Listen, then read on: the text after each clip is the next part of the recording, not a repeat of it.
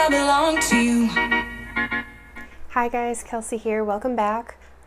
So this video is going to be the recap and review of Season 2, Episode 5 of Organized Crime, titled The Good, the Bad, and the Lovely. If you saw my previous video, I recapped SVU's Season 23, Episode 5, so go ahead and watch that one first if you'd like. And like I said, in this video, I will be recapping Season 2, Episode 5 of Organized Crime.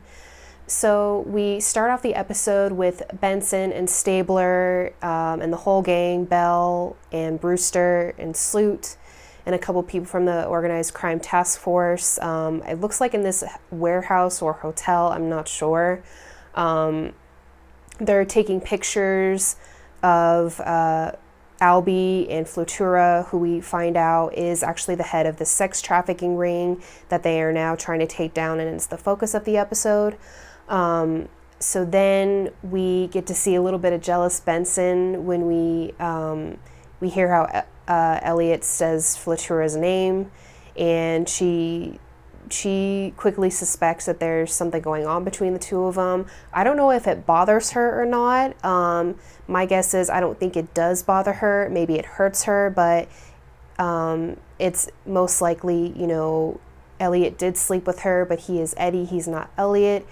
He slept with Flutura. I'm not going to be mad about that because, like I said in my previous video, he is undercover, and I don't think he had much of a choice in the matter to sleep with her because he could only hold her off for so long. So they're taking these pictures, and they're also trying to find Rita, who is this waitress that Stabler got close with at this Albanian diner that he went to. And there's no sign of Rita, but there is a sign of another waitress who works at the diner. And in the episode, we cut to Stabler at the diner, and he sees the waitress who he saw the previous night, and she has a black eye, and he asks what happened to her. She says, "Oh, it's my fault. I ran into a door."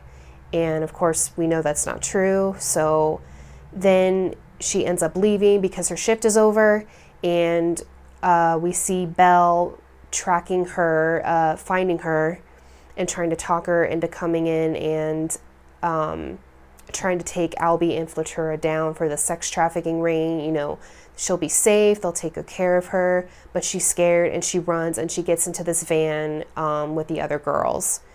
So then we cut to Stabler following into this house that Flutura's in, where she's keeping the girls, and then we see him pretend, you know, to flirt with her, you know, like he can't get enough of her, and then, you know, so he can take a look around and investigate the house, and he asks to use the bathroom, and we hear Flutura trying to teach the girls English, having them sing "You Are My Sunshine," which is so creepy. Out of all the songs they could have chose, they chose that song for, you know, for them to sing. But anyway, Elliot goes into the upstairs, you know, to find the bathroom, and we find him going into the girls' rooms, their bunk beds, and he comes across Rita's bunk bed because he finds the Count of Monte Cristo underneath her pillow. And he takes the book with him, and we see him in his RV reading it. You know, she's highlighting these passages that are very telling. To me, it's like her sending a message saying that she's in trouble and that she needs help. She's scared. So then we find out that Congressman Kilbride is somehow involved. He's getting invited to this party. If you remember in previous episodes, Belle is actually trying to work with him for her nephew's case, but at the same time Kilbride somehow wants to get her into politics, which I don't think Belle will get into politics. To me, it's just not her. She's first and foremost a police officer, and she always will be. She wants to do good for the community first. I don't think she's a political person. I mean, she is a political person, but I don't think she's going to go into politics as a career. So then she convinces Kilbride to have her be his +1 at this party. So Benson and Finn are involved too, and they are listening in a van, as well as Brewster. And Sloot is back at the office watching videotape and listening in too. Elliot is posing as security, and they get into this party.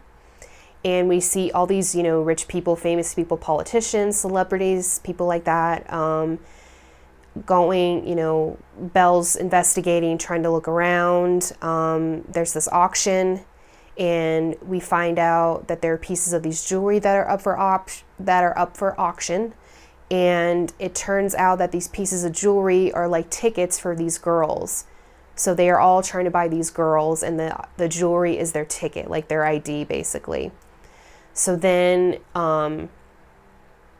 Stabler somehow finds Rita and tries to get her to come with him, but she's scared, so she claims that he's trying to, take advantage of her, and the security guy finds Stabler and punches him and takes him out.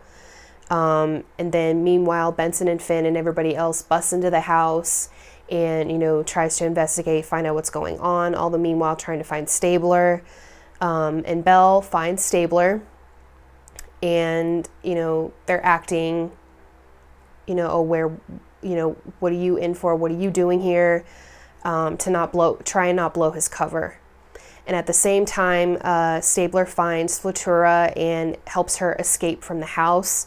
Now, some people I was reading, why did he help her escape? If he didn't help her escape, then his cover would have been blown. So he, like him sleeping with her, he basically had no choice. If he didn't help her escape, even though she is the head of the sex trafficking ring, his cover would have been blown.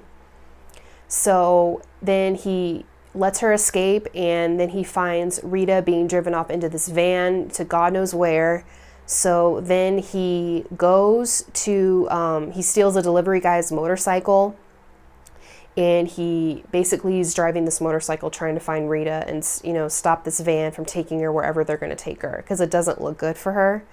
So then Ellie keeps riding this motorcycle, doing these magnificent stunts.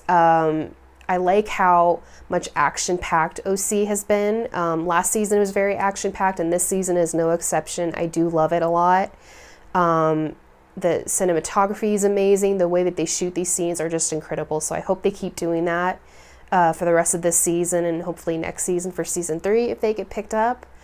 So then he sees the van going under this bridge. He gets off his motorcycle and pushes the motorcycle to in front of the van. The van crashes. He calls in the accident, and at the same time Rita gets out of the van. She tries to escape, and he stops her saying, Rita, I'm not going to hurt you. It's okay. She says, this is bad. Don't you understand how bad this is? She says they're trying to kill my son. They're going to kill my son if I don't, continue with this ring. And Stabler tells her, your son is safe. He has been picked up by Interpol. He's in London. We got 2 British passports and 2 tickets to London waiting for you. And she says, how do you know about my son? And he says, well, I'm a police officer. So he did blow his cover for Rita, but he did it in a good way. He didn't do it in a bad way. He did it because he is a police officer. That's who he is first and foremost. He is not Eddie Wagner. He is Elliot Stabler. Always has been, always will be. And even though he hasn't been in SVU for a long time, this episode just proves, and this moment just proves that you can take the SVU, you can't take Stabler out of SVU, but you can't take the SVU out of Stabler. In this moment, every time I watch it, it just makes me cry. It just makes me so emotional. So Rita starts crying, after Stabler tells him, you're safe, your son is safe, you're going to be with him soon. And she says, is this real? And when she said that, my heart just went out to her so much. And it was a sigh of relief for her, because she's free, she's safe, she can be with her son. She doesn't have to do this anymore. And Stabler, he starts to take off and he starts to run, and he says, don't be afraid, you're safe. And Rita calls him Officer Monte Cristo, and my heart was just so full. I love this moment so much. It was a beautiful and powerful moment for them. I love when OC gets to be raw and powerful, those dramatic moments. I love them so much. I hope they keep doing it for the rest of the season as well. So Stabler takes off. Rita is, the police are reunited with Rita so she can take off to London and be with her son. So then towards the end of the episode, we see Elliot, he's back home.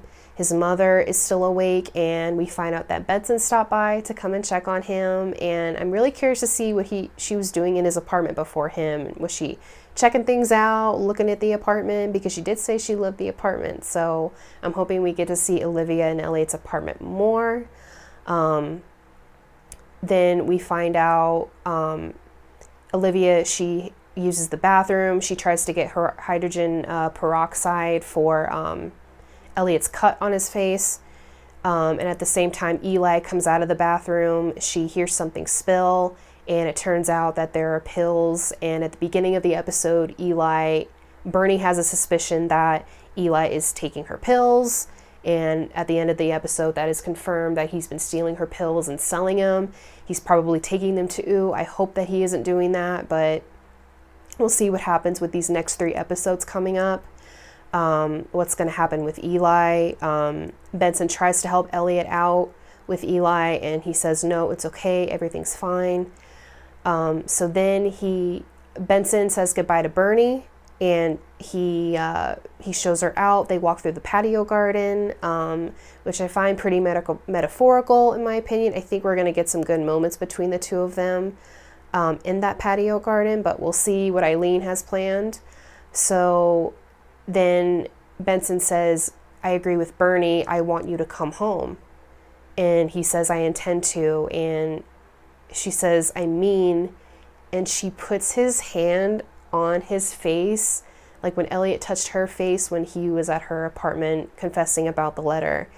And my heart just, it was such a good moment. I didn't expect that from Olivia.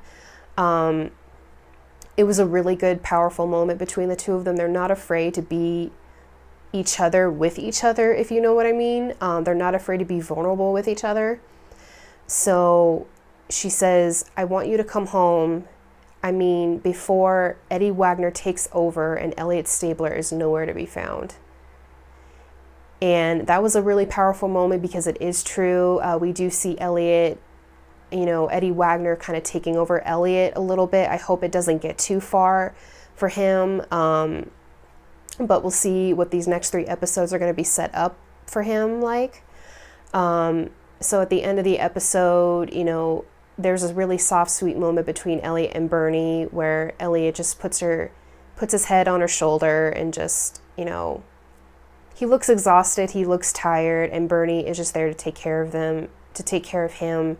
I do love these moments between Elliot and his mother. It's such a far cry from season 10 of SVU when he didn't want to be a part of her life. He didn't want her a part of his life. And he's grown so much as a character. I don't care what you say. That to me signifies growth, that he loves his mother. He wants a close relationship with his mother. It's so much better than what it was in SVU season 10 for sure. So that's how the episode ends. I like this episode a lot. I like the moment between Elliot and Rita. I like of course, the Olivia and Elliot moment where she touched his face. I'm really loving the moments between Elliot and Bernie, his mother.